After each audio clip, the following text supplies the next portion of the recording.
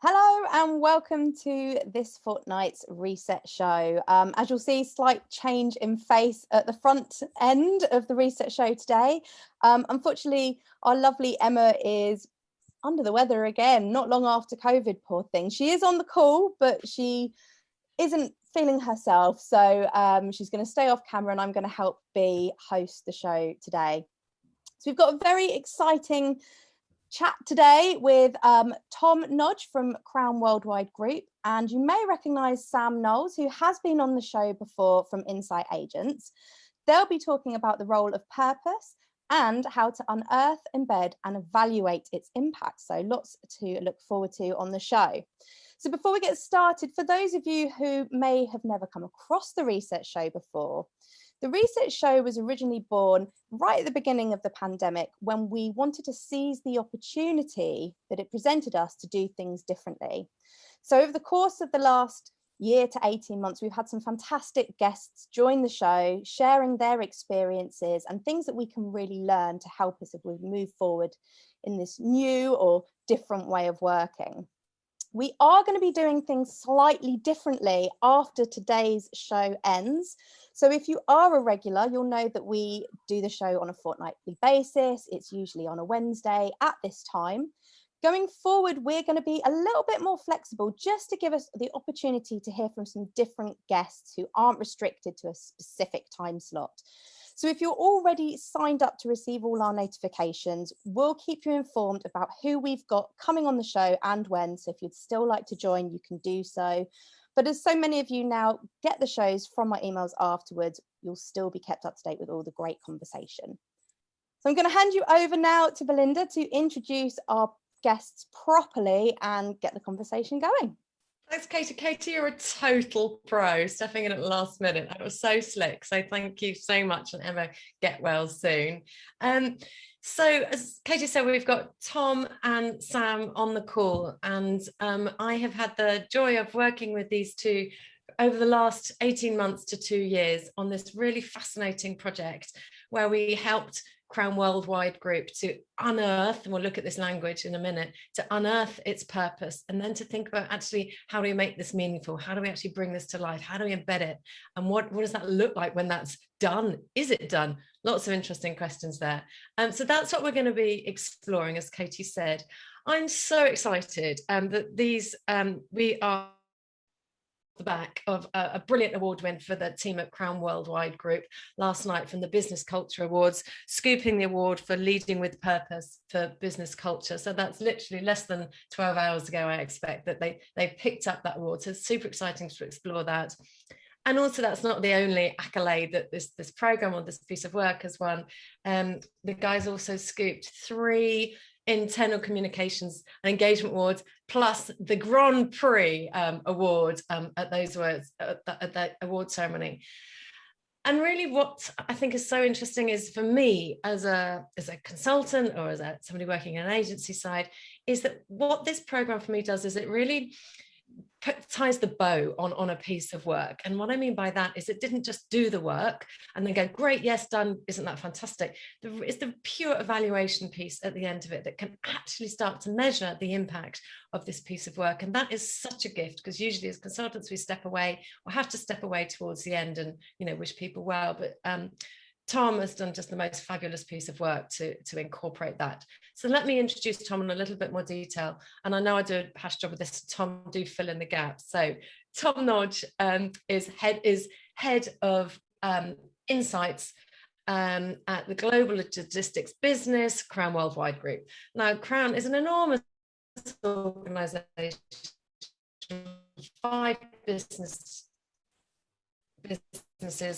50 countries, and 2 years, unbelievably, 20 years experience of agency and client side, customer and market research. And that's for organisations including Unilever, Tesco, Dunnhumby, and so on.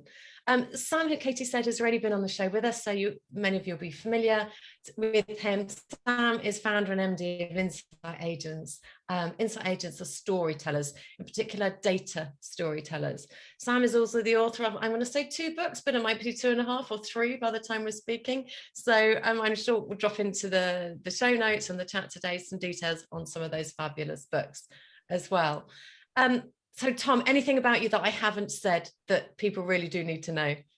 I think you've covered it. I think you've also there might be some people out there that might be wondering how I'm feeling today after another win for our business and Inside Agents and FathomXP last night. So yeah, hopefully I'll do my best today to make sure I answer your questions and have a good discussion properly.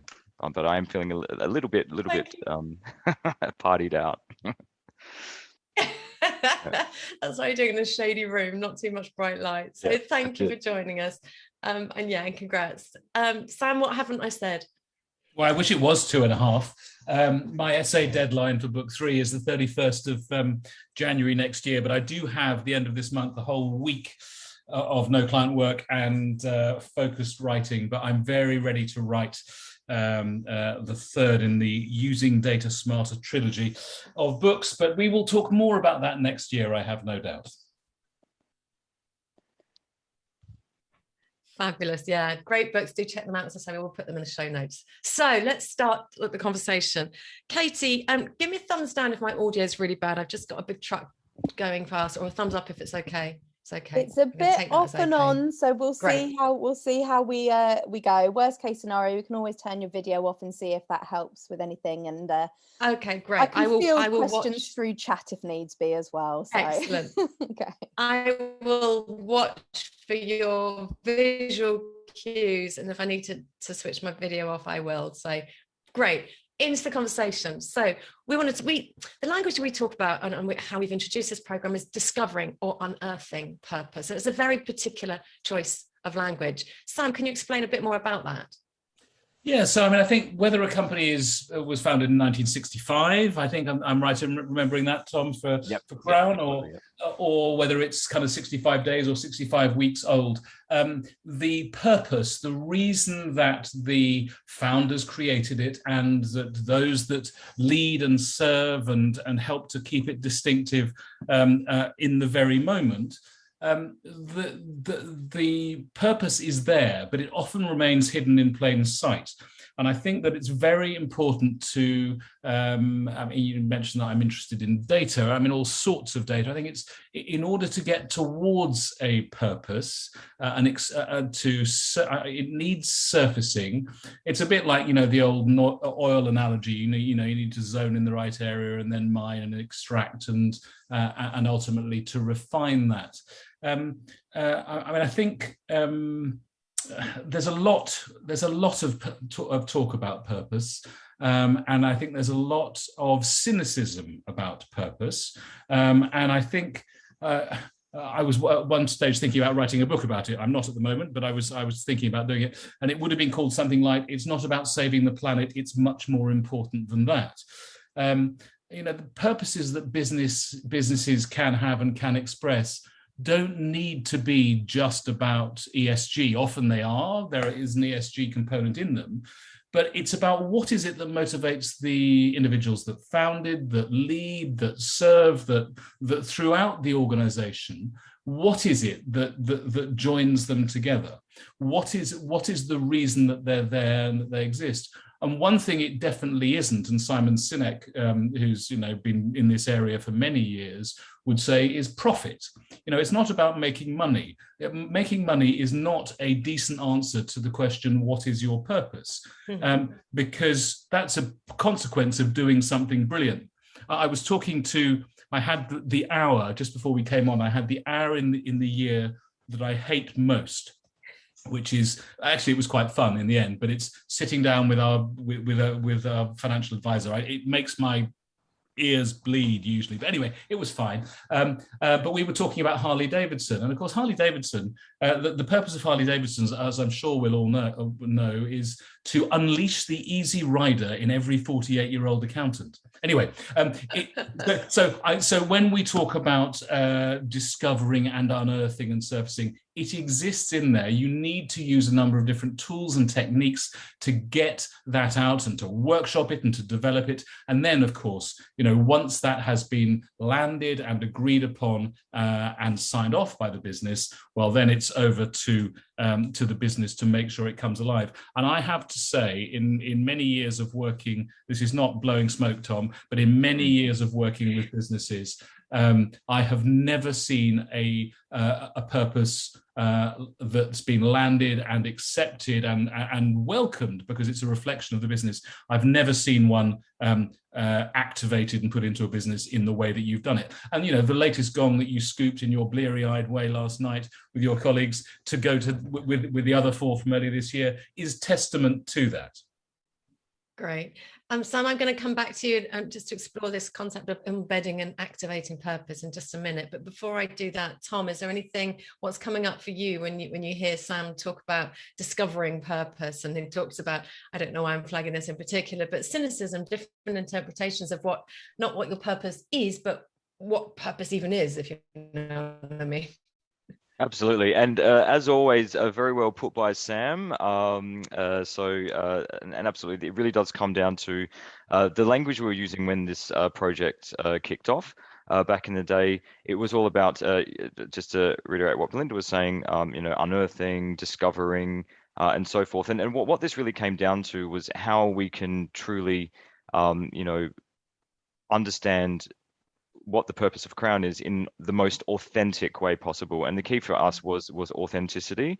And that's really what's going to resonate with the wider business. That's the most important part. And as with all purpose initiatives, particularly with Crown, we are a global business, and we have a very diverse portfolio of clients and employees, and it's incredibly important that that the employees truly, genuinely, authentically adopt and believe in our purpose. And we were very careful with the language from the beginning, discovery, unearthing, but also something that we're not, something coming into our consciousness that we've always been doing. It's just now we're being more mindful and working towards it together. But it's a very, very, very important thing, and for us, and it's been a fantastic journey. Fantastic. And I'm going to get this wrong now. The Crown Worldwide Group purpose is making it simpler to live, work, and do business anywhere in the world. Am I right? Absolutely nailed it. That's exactly it. Making it simpler to live, work, and do business anywhere in the world. Excellent. Thank you. So thinking about embedding or activating, again, really interesting language. I've heard the phrase before is launch. We're launching our purpose. We believe it's already there. So if it is already there, you're not launching it. You're doing something else. So we tend to use this language around embedding or activating purpose. But Sam, what does that language mean to you? And are there any, how do you avoid these dangers of, purpose washing, I feel like? Yeah, I mean, the point Tom makes about authenticity, this has to be real, is I think one of the reasons why there can be stumbling blocks for many organizations that maybe they haven't sought out enough opinion in enough depth from enough people. I mean, in the case of Crown, not only did we have a kind of cross-functional, I think it was the last one it wasn't the last bit of training, last workshop, but it was one of the last kind of pre-pandemic workshops, and we had a truly stellar cast join us in a hotel near Heathrow, didn't we? I mean, from around the world. I think maybe more than 20 of us representing different functions, different parts of the business. The cross-functionality, I think, is really important, but also depth. So as well as in the preparation, analysing the linguistic ticks and tells and trays of Crown in all of the internal, external facing publications, online, offline, as well as doing that, as well as getting more than 100, I mean, I was really impressed, more than 100 leaders from across different bits of the business, as well as doing in-depth one-on-one interviews with the board, all members of the board. It wasn't just kind of broad and shallow. It was kind of broad and deep. I mean, I know you're an organization of several thousand people. Is it 4,500 people, something like that, from memory?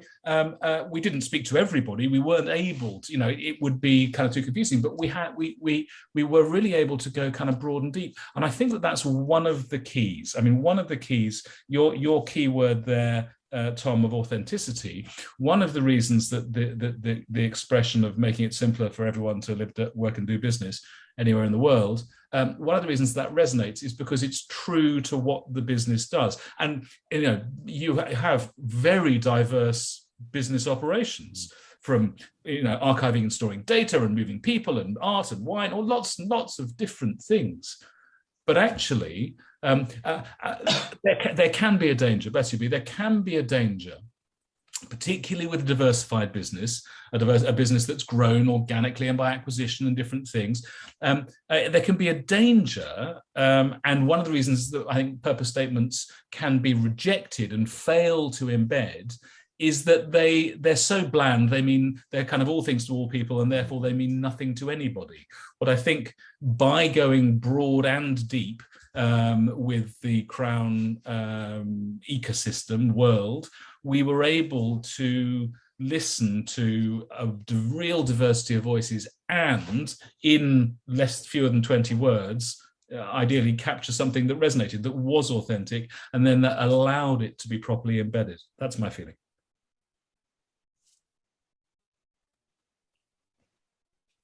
Yeah, absolutely. Absolutely. Thank you. I don't know if you've lost B for a moment on Oh, I think a signal may have gone. Tell me a little bit about the sort of embedded or activate a minute.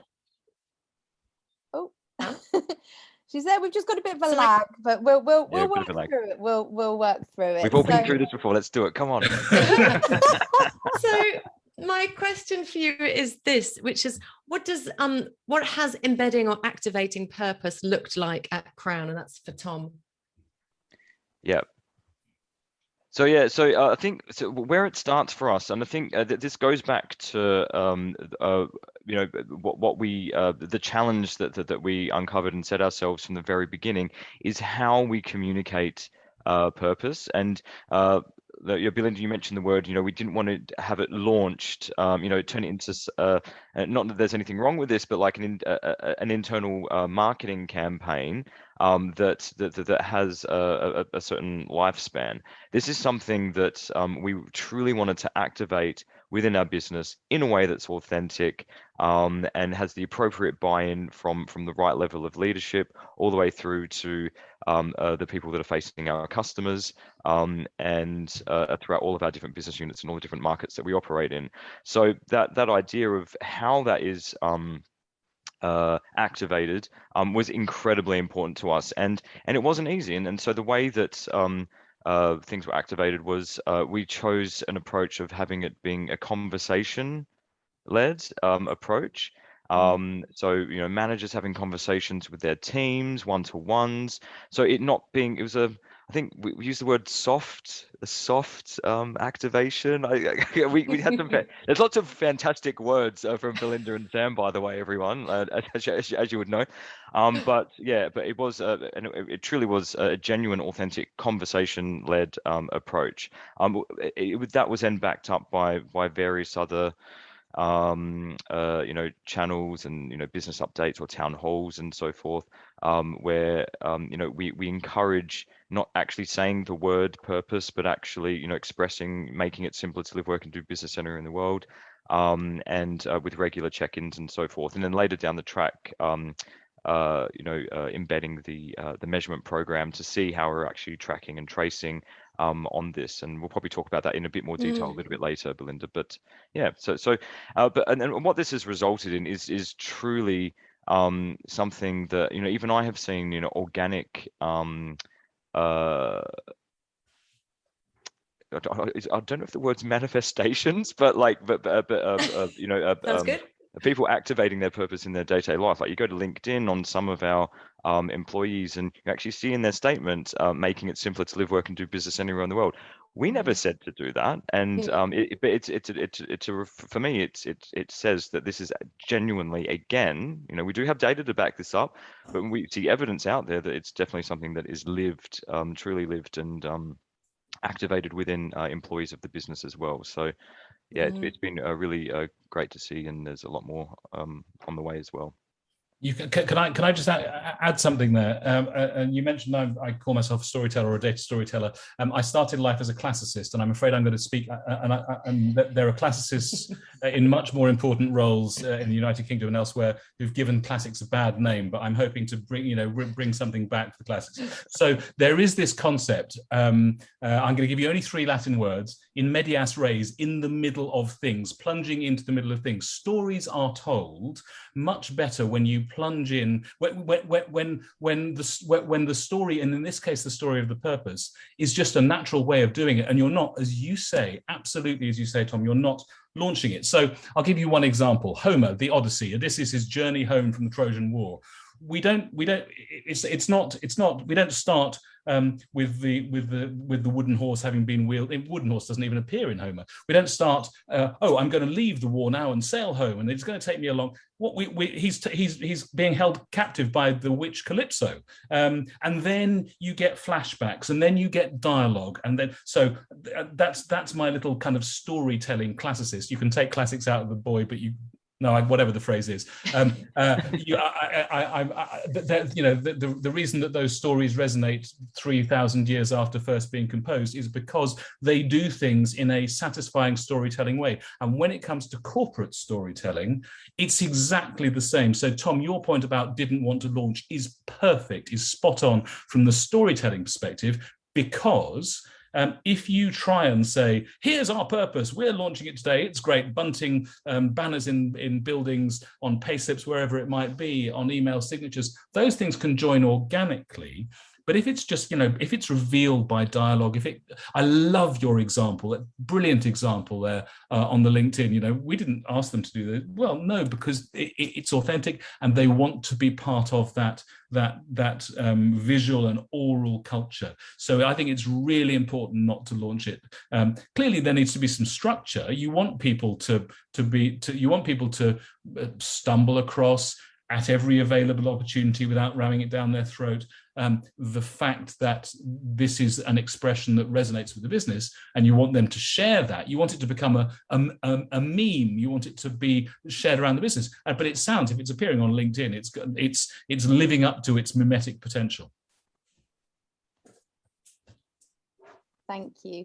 I've actually got a question that's come in from Emma in the chat, which I just wanted to go through with you. So, a conversation-led approach does sound great, but we know that this relies on the ability of leaders to have these conversations, which sounds simple enough, but I think we all know it's anything but in reality. So how do you set your leaders up for success to be able to have these conversations? I love that question, Emma. Thank you very much. And now I think that the conversation-led approach is not something that's easy. Okay, so it's not something that we go, oh yeah, leaders, hi, we need to be confident. So there is a lot of work that needs to happen. But I think the number one thing that we had from the very early onset is, the theory of purpose in business. Everyone knows, and I'm yet to be proven, that an authentic purpose that's lived within a business does result in, higher employee morale and better customer and client relationships and so forth, and all around a better, more profitable business at the end of the day. That's the theory, right? But what we never really had, but we got very quickly, was the tangible evidence that can demonstrate that purpose actually does have an impact on the employee experience.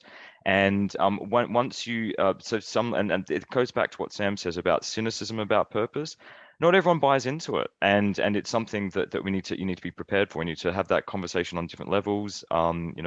Some managers are more open, some managers are going to be more cynical. And what we came up with was a way to demonstrate tangibly that exposure and evidence of living purpose actually has a positive impact on the employee experience overall. So it's not just something that is a suggestion, have the conversational approach. It's something that, every manager wants to have motivated employees, I would imagine. If they don't, then there's probably a conversation that needs to be had with that manager. But it really comes down to that, demonstrating through conversation, showing the evidence that it actually does work, and then that continues it, and then that moves into further embedding of purpose within the business. Thanks, Tom. It is a great question. Let's look back a little bit, and I'll ask you to explain a bbit about the evaluation process. And I know we've got some more questions coming in as well, so then we'll come to those in a bit. So tell us a little bit. I mean, working with you on as the lead on this program was such a gift in terms of our ability to actually be able to, for the first time, and this is what the internal comms and engagement awards people are saying, this is it's not me saying it's groundbreaking stuff, it was them saying this is groundbreaking stuff, nobody does this yet.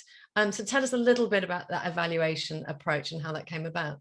Yeah, absolutely. And working together actually was a gift. I just want to reiterate that. So so it goes back to the it always goes back to it goes back to the very beginning of this. And a lot of you would know the change curve within a business, change management, and all documented everywhere.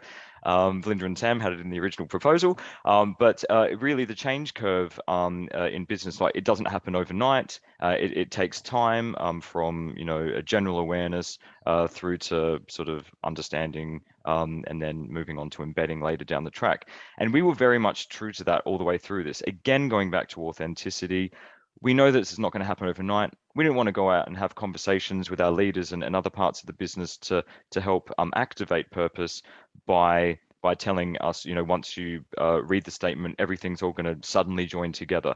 So it was really about acknowledging that there are going to be steps, there are going to be stages. It is going to take time, and again, in theory, that sounds fantastic, but having this, being led, through the work that I do as head of insight for Crown Worldwide Group, and have a background in data, market research, and so forth. It's just like, right, well, this needs to be, again, tangible. Like, this needs to be measured. How are we going to know when things are living and activated fully? How do we know when to change? What actions do we need to take to get there? How do we move people along that change curve? And that was really the basis of the evaluation program. How can we create an evaluation program with the data assets that we have at our availability to make sure that we can track and monitor the progress and the change and the impact that purpose is having across our business, as well as our customers and clients. And yeah, and that formed the basis of the methodology. And I don't think that a methodology like that is like every business can. It is actually a very unique experience being in my position within Crown, because we do have some of the best data assets that I've actually seen. We're a service-led company. Our service is everything. So we obviously have customer satisfaction data that's tracked ongoing across all of our various different business units. But we also have a very strong HR team that's led by Magali. Hi, Magali, if you're listening. Whose number one thing is employee feedback. The employee experience is incredibly important. And so having that relationship between the customer and the employee, and bringing in a measurement program that literally measures everything that's coming in and links it all together to assess the impact it has, really does help turn those cynics around. That's yeah, really interesting. So I think, sort of reflecting back to Emma's question about how do you make conversational leadership or a conversational approach real? So it's half motivation, isn't it? Your managers, your leaders have got to be motivated to want to do it, and it's half skill and support and enablement. It's probably that half and half is probably wrong. It's probably 90% motivation, inspiration. And what I thought was really interesting when you started working on this is that when you started sharing data and you could cut it by location or business unit, suddenly more leaders got involved and more interested, because they could see almost the scores on the doors and they wanted a slice of it. So the motivation came later. So there was quite a an organic adoption of it from that leadership management level, which helped to drive it down the business. So I think that, yeah, the use of data, not just to prove its value, but also to incentivize more people to get involved and to want to have those conversations. Sam, what's coming up for you that we've not talked about? So that I just want to say that I think that there's let's have another flashback, building a good story through flashback, right? I think that when I talked about the breadth and the depth of those that you I would say allowed and indeed required us to speak to. I think one of the reasons, and I don't have your metrication is much more significant, is much more sophisticated than my hunch here, but my hunch is that because the board, the senior leadership team, a cross-functional group, but also many, many more than that, were actively involved, had their opinions sought, listened to, and reflected in the purpose playbook and so on, the final manifest, or the final kind of drawing together manifestation that you then use as the fuel to take it even further.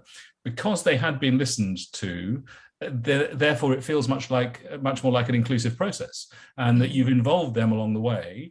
And when it comes back to them and they recognize it and they think, oh, there's an expression for my bit of the business or for what we do in this function, then they're very much more likely to use it. What I think is spectacularly impressive is that what you've not been able to depend upon is water cooler moments. I don't reckon there have been anywhere. I mean, I know you've carried on doing all of the amazing things that you do, but there will not have been, by virtue of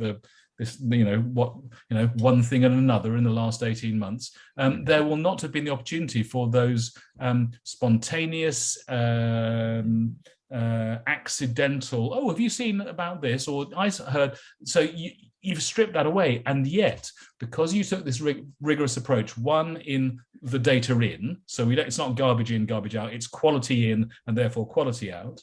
But then had this very sophisticated, straightforward, but very sophisticated way of measuring impact and tying the impact of the cascade of the rollout and the way that it's lived in the business. The very sophisticated and straightforward. It's great that you have that kind of paradox embedded there, way of measuring it. It means that you can see where it's working, where it's not, and but to do that under the conditions of a pandemic, even more impressive.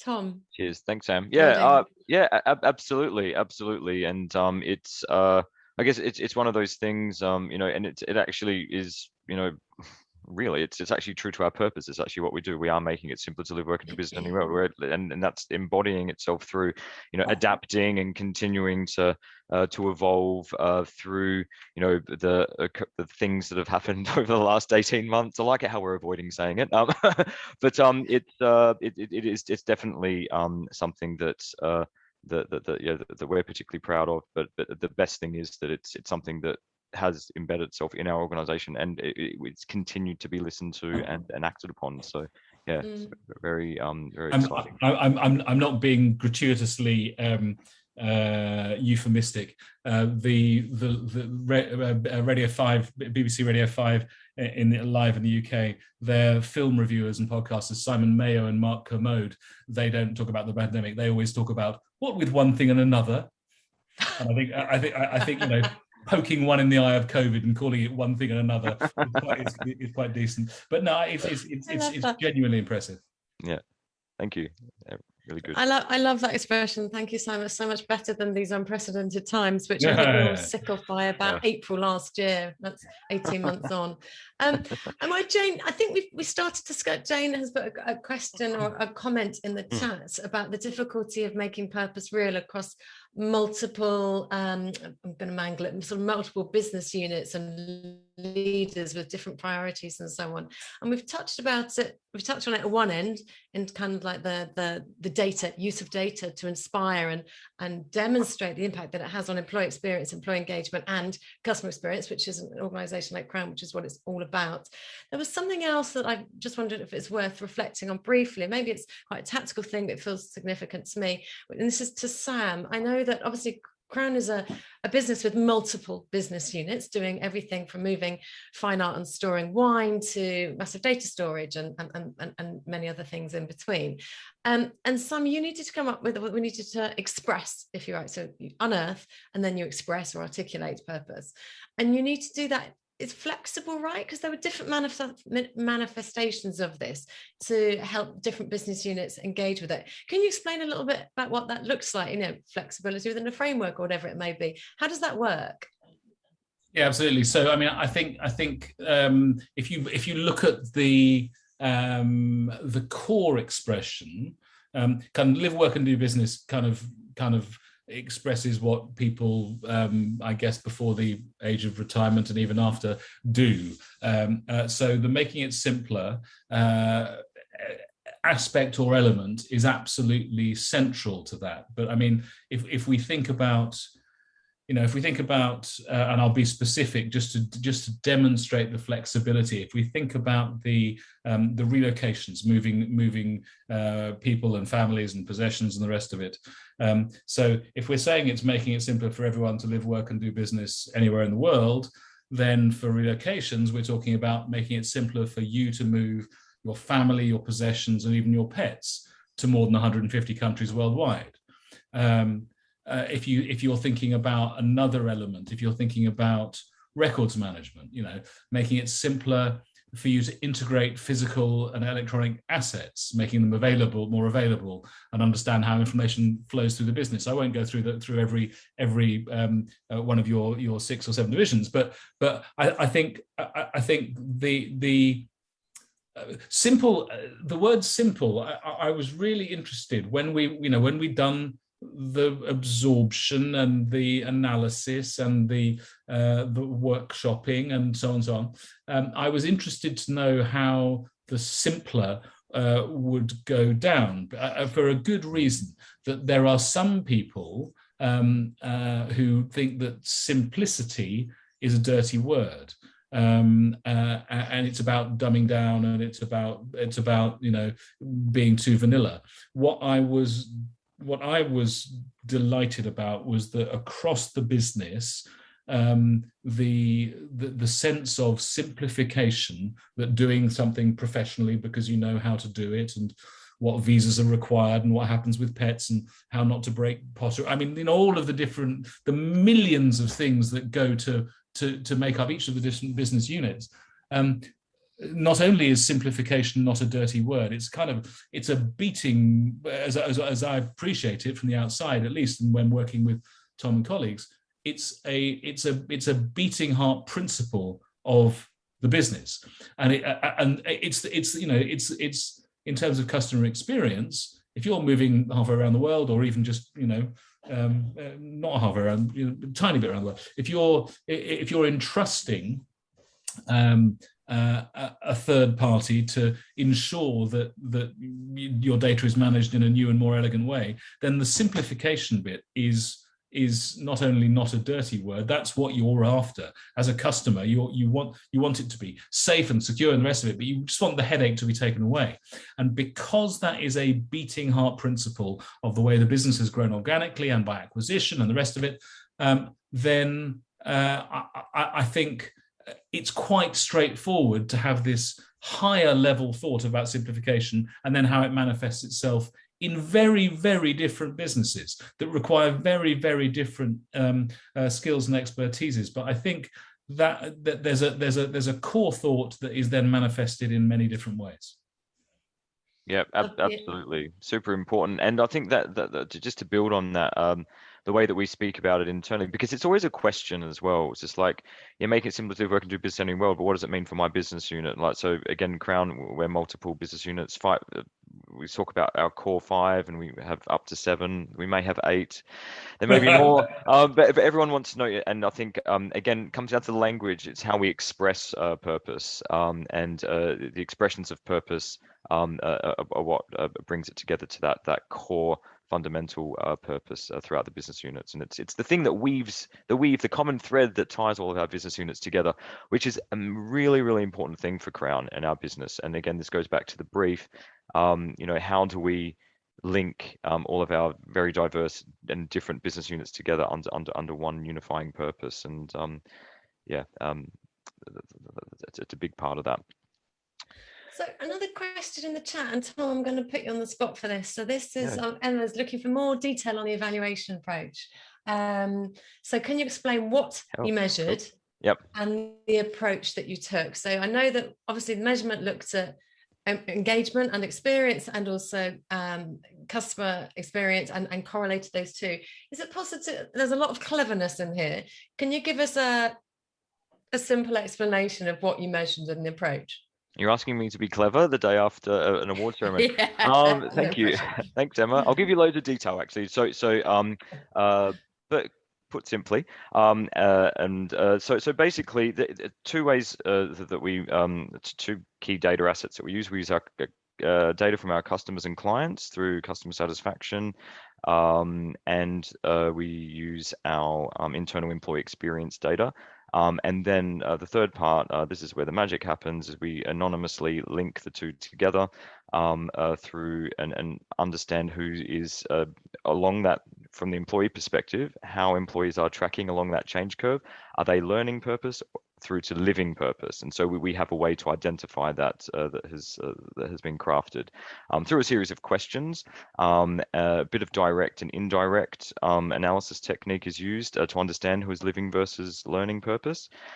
And then we also measure from a customer and client perspective. We've developed what we call the Net Simpler score, as well as we track NPS as well, and other customer experience metrics along with that. But the Net Simpler score is unique to our business. It's a scale that taps into is the experience working with Crown for you as a customer or client of ours.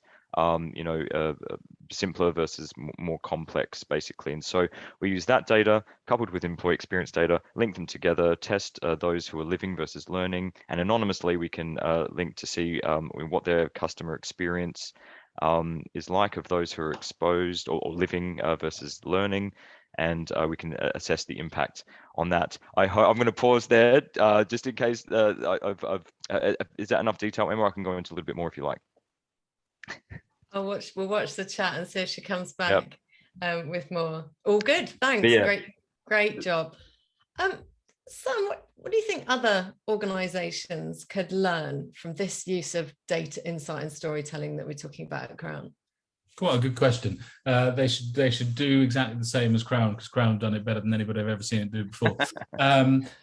They should realise that. I think they should realise that in order to do this right, you need to give it some attention. You need to give it some time. This is not something that can be. This is not something that you can knock up in 20 minutes by talking to the chief exec and the chair. So it demands time. It demands work, but it doesn't just demand time and work in the surfacing and articulation stage. It really demands work in the making it live throughout the business stage. But I think the Net Simpler score is just brilliant, and it's not that every single statement of purpose is going to have something that could be hybridized. I think what you looked at was to find, as I understand it, you looked at what is the single most important unifying element, and it is this about simplification. Okay. So how can we measure that within our business? Oh, we can measure it within our business, and we will measure it, and we'll do it, and when you were talking before about the kind of cutting by business unit or by market, let's think of an automobile company. Let's say that a big automobile company that has multiple models in multiple markets with different customer segments. Possibly even more. More on the one hand simpler than Crown on one level. On the other hand, much more complicated because it has so many different both markets and customer profiles and affordability indices and all of these things. But you could easily I'm not saying simplification would be the measure at all, but whatever it was that was settled upon, you could easily find a way to look at it by market and segment, and then you could, you'll have, you could say, how is the SUV division doing relative to the sports hatch division, and is that different in? I know car market is difficult at the moment because of lack of chips, but how's it doing on its ability to make people feel that the company takes the environment seriously? It doesn't matter what the issue is, but the fundamental thing, I think, is take it seriously, invest time, get buy-in from the top, which can require, as you will, not only recall, Tom, we were in the trenches together here. It can require multiple selling, right? A central team, a central function can have an idea that this is a good idea, but then, you can find a partner who you think is going to help you, make it work well, but then it requires repeated advocacy during the process, and that can make some people give up, or it can make some people say, oh, well, we won't involve them. We never did that. We kind of not kind of fought and said, you've got to listen, this is so important, it's really important, but actually, look, this is why we're doing it, this is what we believe it can do. And then again, that process of selling and upselling, cross-selling into different bits of the business, different functions, that gives those people, those leaders, those team members, some skin in the game, and it makes it, once you've got there, that much easier that much more straightforward to then embed it into the business. And as I say, if every business that develops a purpose could come up with a metric as resonant and self-explanatory as the Net Simpler score, then life would be a lot easier. But take it seriously and do some hard work. Yeah, really well said, Sam. And to also extend from that, like thinking about other businesses, I think, throughout my career, thinking about how insight roles are generally perceived in the business, it's really much always focused on customers, clients, markets, prospects, and so forth. But very rarely, I haven't seen it. Maybe it does exist. I'm sure it does. Let me know in the chat, or email me, or text me on LinkedIn, or let us know. But it's very rare that an insight function works very closely with HR. Usually there might be HR insight teams, or there might be customer and client insight, market insight, but very rarely do they connect. I haven't seen it yet, but in Crown, it's a very unique piece. And we know that the employee experience is equal to the customer experience, not only in theory, but tangibly, we actually have evidence now of that from happening. So it's incredibly important to have to acknowledge that there are, those working assets within the business in terms of data assets, and use them and mine them, and really extract that tangible meaning from them. So sorry, go on. As you say, absolutely. The HR insights piece is growing. It's it's not caught up with customer experience insights but these usually sit in two entirely different parts of the business and rarely talk to each other. So bringing insight as one thing together to think about customers, and we're all 100%. People at the end of the day, and one impacts the other, I think is a stroke of genius. So great stuff. So one last quick question for you, Tom. Congrats again on the awards. What next for Crown and Purpose? What's happening next? That's really, really good. So the journey is never, ever, ever going to be over. It is ongoing. A few things have been spoken about on the call today. About we've been talking about change curves and various things. It is ongoing. We haven't reached it yet. Not everyone in the company is living purpose. That's really ultimately our goal. So we're going to continue to measure, continue to demonstrate ROI, which is really what the measurement program is all about. So we can have those leader-led conversations and continue that. There's a series of initiatives, both from a marketing perspective, also from an internal HR perspective, where we're beginning to begin to filter through training and development and so forth as well, and really be part of that fabric and the language of Crown Worldwide Group and all of its associated business units. So it's just really onwards and upwards, and continuing making it simpler to live, work, and do business anywhere in the world. Fantastic. I love how often you manage to trip it off your tongue. And I know that you are doing that all the time in the business as well. So I'll hand back to Katie to close us off properly. But from me, I've thoroughly enjoyed the conversation. It's been great exploring. And I know there's loads more to come from Crown Worldwide on this. But from me, Tom and Sam, thank you so much. And thanks for sharing all of this with us today. Katie. Thanks, Bea. Yes, thank you, Sam. Thank you, Tom. Really appreciate you joining us today. Really fascinating, and lots of things that hopefully our listeners will be able to pick up on and learn from going forwards.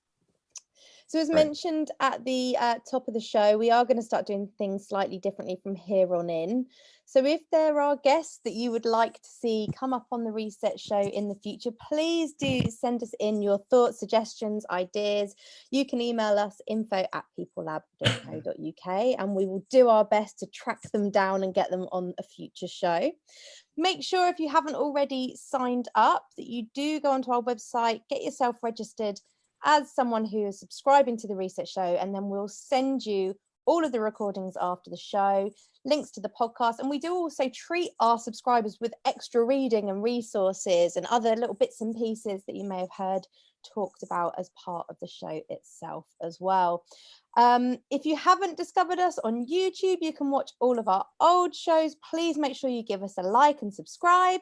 Similarly, we've got a podcast which you can find on any of your favourite platforms, from iTunes through to, I'll say it quietly so it doesn't set off my one in the kitchen, but Alexa. So you can find us on all of the different podcast channels as well. So please make sure you do like, subscribe, so other people can find us and enjoy some great conversations like the ones we've had today. That's pretty much it, I think, for now. But yes, thank you again to Sam and Tom, and obviously Belinda for hosting the show. And lots of love to our Emma. I hope she feels better soon, ready for the next show when that will come round. So that's it. That's fun. Thank you for having me. Great to see you all. Thank you. Sam, Katie. See you guys.